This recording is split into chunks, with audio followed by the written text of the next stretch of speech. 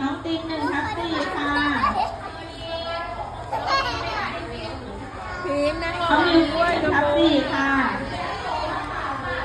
บีลิฟ1/2ค่ะ เก่งมาก 1/2 ให้พาเอาขนมมาไหมมีขนมมาไหมคะ หนูไม่ได้เอาขนมมาเหรอ 1/4ค่ะ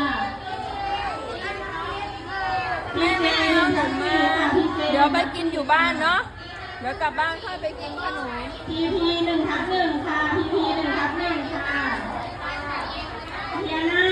1/2ค่ะเทียน่า1/2ค่ะ